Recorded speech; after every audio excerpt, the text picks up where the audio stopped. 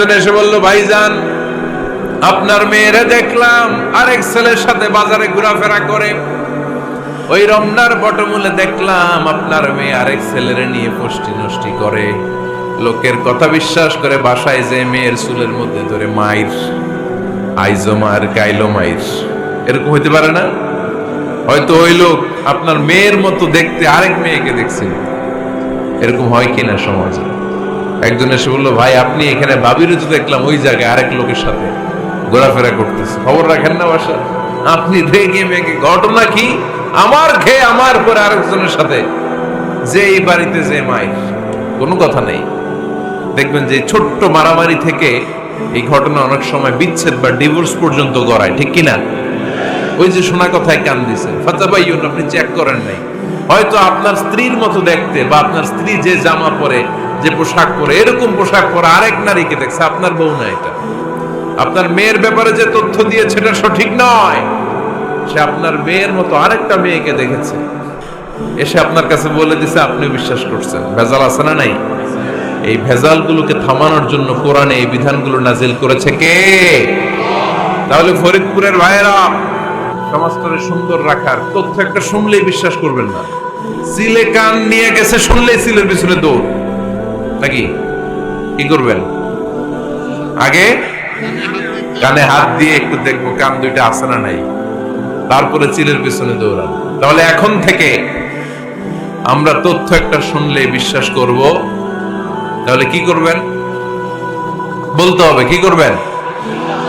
যাচাই বাছাই, justification of the news. কোন নিউজ জাস্টিফিকেশন ছাড়া আমরা প্রচার করব, বিশ্বাস করব, শেয়ার করব না।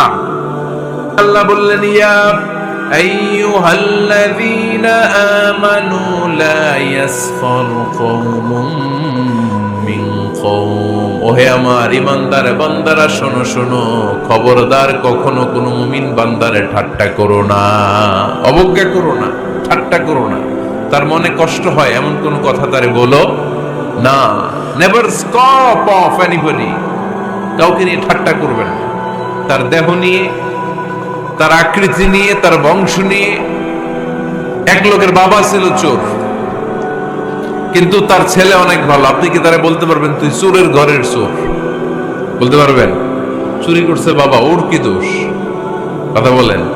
এগুলো কবিরা গুনাহ। আওয়াজ করে বলেন তো কি গুনাহ? কবিরা গুনাহ। কারো আকৃতি নিয়ে, আমার ফরিদপুরের কলিজার টুকরা যুবক ভাইরা, কারো আকৃতি নিয়ে কখনো অবজ্ঞা করবে না, তুচ্ছ জ্ঞান করবে না। এটা কবিরা গুনাহ, এটা আল্লাহ খুব অপছন্দ করেন। এর কারণ আকৃতিটা আমাদের হাতে নাই। আমাদের কারো নাক লম্বা, কারো খাটো, আমরা কেউ কালো, কেউ সাদা, আমরা কেউ স্মার্ট, কেউ অন্যরকম। তো এই যে আমাদের এক এক ধরনের আকৃতি, এটা কি আমি বানাইছি? আপনি বানাইছেন? দিছে কে? এই জন্য কারো দেহের গঠন নিয়ে যদি আপনি অবজ্ঞা করেন, এটা প্রক্ষান্তরে আপনি স্রষ্টাকে নিয়ে অবজ্ঞা করলেন। কারো দেহের আকৃতি নিয়ে যদি আপনি তুচ্ছ করেন, তাকে তুচ্ছ করেননি, আমার রবকে আপনি তুচ্ছ করেছেন। চিল্লায় বলেন ঠিক কিনা? খবরদার, তুই কালু, তুই লম্বু, তুই মোটু, তুই কানা, তুই রোহিঙ্গা, আছে না নাই? ইদানিং এটা খুব চলে। এই রোহিঙ্গা নামটা আছে না? ফরিদপুরে এগুলো ঢুকে নাই না? আমাদের ওইদিকে দেখি কি অবস্থা, কারোর সাথে কেউ লাগলে তুই রোহিঙ্গা। কি আশ্চর্য, এই গালি কবে আসলো? হ্যাঁ, অনেক ধরনের গালি। ঢাকায় আর একটা চলে ফইন্নির ভূত, কি বলে? এই এগুলো আগে শুনি নাই আমরা, রিসেন্ট এগুলো বলা শুরু করছে। ফইন্নির ভূত, রোহিঙ্গা না, এগুলো বলে আপনি কাউকে অবজ্ঞা করতে পারবেন? পারবেন না। খবরদার, এটা কবিরা গুনাহ, এটা ছোট গুনাহ মনে করবেন না। কারণ আকৃতি নিয়ে তুচ্ছ করা যায় না, কারণ আকৃতি দান করেছে কে? ওয়াল্লাযী ইউসাউইরুকুম ফিল আরহামি কাইফা ইয়াশা লা ইলাহা ইল্লা হুয়াল আজিজুল হাকীম। তিনি এমন সত্তা যিনি তোমাদের চেহারার অবয়ব দিয়েছেন, তোমাদের আকৃতি দান করেছেন তখন যখন তোমরা মায়ের পেটের ভেতরে ছোট্ট জোকের মতো ছিলা। মায়ের পেটের ভেতরে আমরা যখন সবাই এত ছোট্ট, তখনই আমাদের চেহারার আকৃতি দিয়েছে কে? কে সুন্দর হব, কে ছেলে হব, কে মেয়ে হব, কে মোটা হব, কে চিকন হব, আমার ইচ্ছা হয়েছে? আওয়াজ করে বলতে হবে, কার ইচ্ছায়? প্রত্যেককে যদি আল্লাহ প্রত্যেকের নিজের চেহারা ডিজাইন করতে দিতেন, আল্লাহ যদি বলতেন তোমার চেহারাটা কেমন হবে তুমি ডিজাইন করো, তাহলে আপনি আপনারা কেমন বানাতেন? হ্যাঁ বলেন, ফরিদপুরের ভাইরা বলেন, সুন্দর করে বানাতেন তাই না? সবচাইতে স্মার্ট, সবচেয়ে সুন্দর করে আমি আমার চেহারাটা বানাতাম যদি আমাকে ডিজাইন করার সুযোগ দেওয়া হতো। কিন্তু এই সুযোগ তো আল্লাহ দেন নাই। ডিজাইন স্বয়ং করে দিয়েছেন কে? কোন নারীকে যদি আল্লাহ বলতে এই নারীরা তোমাদের চেহারা কার কেমন লাগবে তোমরা বানাও, প্রত্যেক নারী কি করতো? বিশ্ব সুন্দরী করে নিজেকে বানাতো। খুব ধরার মতো কোনো জায়গা সে নিজের জন্য রাখতো না, ঠিক কিনা? কিন্তু এটা আল্লাহ দেন নাই। এই আকৃতিটা আমাদেরকে সরাসরি দান করেছেন কে? খবরদার, আমাদের অনেকে বিকলাঙ্গ, আমাদের অনেকের হাত ছোট, পা বড়, দেখতে মোটা, কেউ চিকন কেউ কালো। খবরদার, কারো আকৃতি নিয়ে কখনো কোনো অবজ্ঞার সুরে, ঠাট্টার সুরে কোনো কথা আমরা বলবো না। রাজি আছেন? সবাই রাজি আছেন? আল্লাহ রাসূল সাল্লাল্লাহু আলাইহি ওয়াসাল্লামের এক সাহাবী ছিল নাম ইবনে মাসউদ রাদিয়াল্লাহু তাআলা আনহু। ওনার পায়ের নলা ছিল খুব চিকন, অস্বাভাবিক চিকন, স্বাভাবিক না। তো উনিও এটা ঢেকে রাখতেন, দেখাতেন না কাউকে। একদিন উনি খেজুর পাড়ার জন্য খেজুর গাছে উঠলেন। খেজুর গাছে ওঠার পরে নিচ থেকে সাহাবারা পায়ের চিকন নলা দেখে ফেলছে। দেখে সবাই হাসি, সবাই হেসে কুটি কুটি। বিশ্বনবী বললেন, হেসো না, খবরদার, আমার ইবনে মাসুদের পায়ের চিকন নলা দেখে হেসো না। আমার ইবনে মাসুদের এই পায়ের চিকন নলা যদি মিজানের পাল্লায় উঠিয়ে দেয়া হয়, কিয়ামতের দিন উহুদ পাহাড়ের চেয়েও ভারী হয়ে যাবে। খবরদার, আমার ইবনে মাসুদকে আমার আল্লাহ অনেক পছন্দ করে, তার পা চিকন দেখে তাকে তুচ্ছ করো না। আল্লাহ হাবিব সাল্লাল্লাহু আলাইহি ইসলামের 11 জন স্ত্রীর মধ্য থেকে একজন স্ত্রী ছিলেন একজন স্থূল আকৃতির, অবেসিটি ছিল, একটু মোটা। ওনার নাম ছিল সাফিয়া রাদিয়াল্লাহু তাআলা আনহা। আম্মা জান আয়েশার সাথে একবার সাফিয়ার ঝগড়া। নবীদের বউদের মাঝে মাঝে মাঝে ঝগড়া হতো, তবে সেটা হতো মধুর ঝগড়া। সুবহানাল্লাহ পড়েন।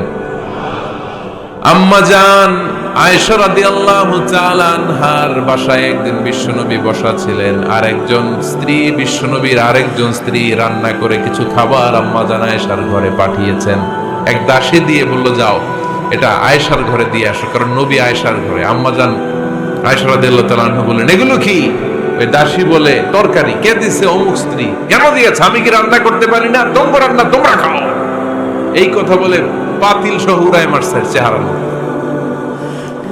এর কারণ ওনারা মানুষ ছিলেন, মানবীয় ব্যাপারগুলো ওনাদের মধ্যেও কাজ করত।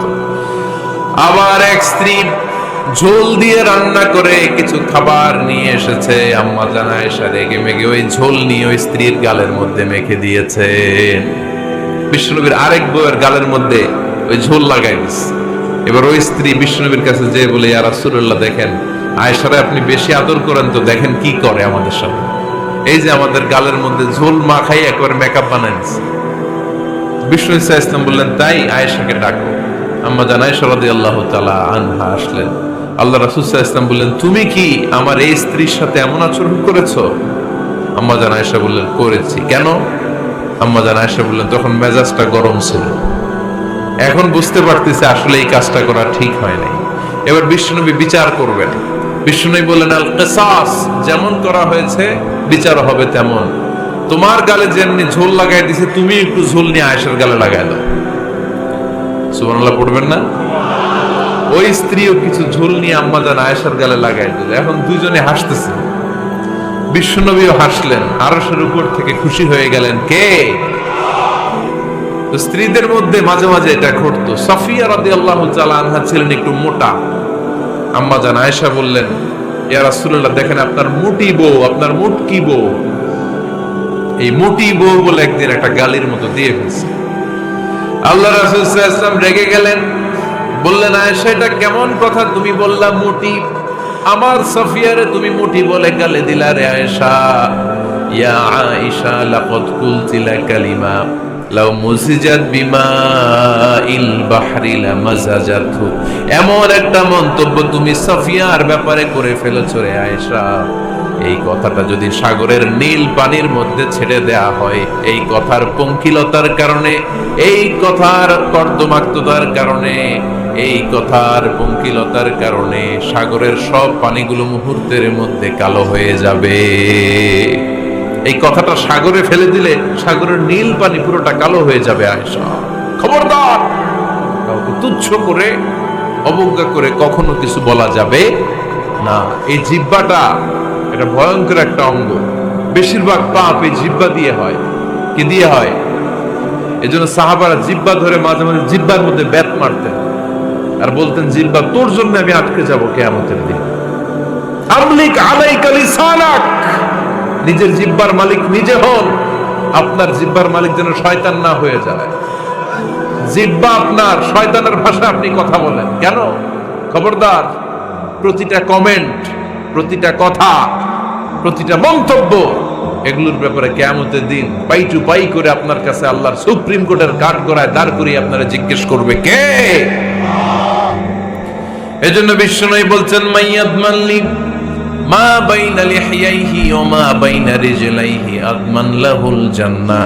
আমার কোন উম্মত যদি দুইটা অঙ্গের গ্যারান্টি আমারে দেয়, আমি আমার উম্মতকে জান্নাতের গ্যারান্টি দেব। দুইটা অঙ্গের, একটা হলো জিহ্বা আর একটা লজ্জাস্থান। দুই চোয়ালের মাঝে যা থাকে লিজ্জা, জিহ্বা, আর দুই পায়ের মাঝখানে যা থাকে লজ্জাস্থান। এই দুইটা অঙ্গের গ্যারান্টি যদি বিশ্বনবীকে আপনি দেন যে নবী, জিহ্বা আর লজ্জাস্থান এই দুইটা অঙ্গের কোনো পাপ আমি করব না, নবী বলে আমি দুনিয়ায় তোমার জান্নাতের গ্যারান্টি দিলাম।